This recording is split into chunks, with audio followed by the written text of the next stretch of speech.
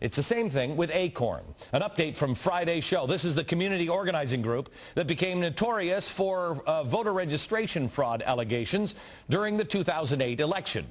Everybody, including me, has been focusing on the politics. We've been making this into a left-right issue. My guess is that the idea is when people are outraged about a Las Vegas registrar saying that he believes that almost half of ACORN's registration forms are fake, or about the ongoing ACORN fraud investigation in 14 states, it's only because they're just bitter about John McCain's losing to ACORN's old pal Barack Obama. It has nothing to do with the rule of law or free and fair elections. It's just about politics. But that is just noise. That is misdirection. That's just another hot bikini chick.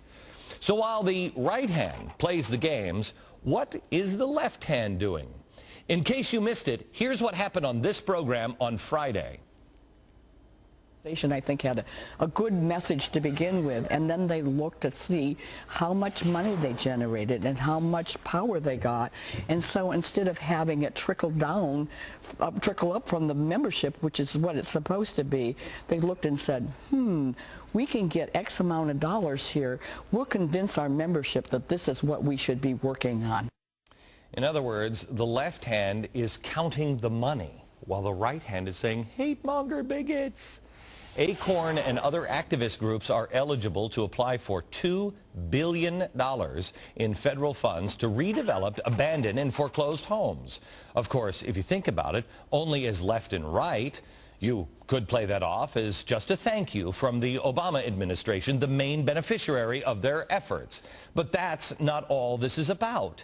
ACORN is also deeply tied to the powerful SEIU, the Service Employees International Union. On ACORN's own website, SEIU Locals 100 and 880 are identified as allied organizations. The Department of Labor also has financial disclosure forms showing $600,000 in transaction between just those two ACORN groups. And the other SEIU, other similar findings show that organized labor has kicked back a total of $2.4 million to ACORN. Given that SEIU donated $33 million to President Obama's campaign and also spent a lot of money supporting other Democrats around the country, would you be shocked to hear that the administration sides with them on almost every important issue? I mean, for example, the California governor's office was reportedly informed that trimming $74 million in worker pay could cost the state its $6.8 billion in federal stimulus money. Where I come from, that's not informing as much as it is, I don't know, extorting. But why was the SEIU even at the table in the first place?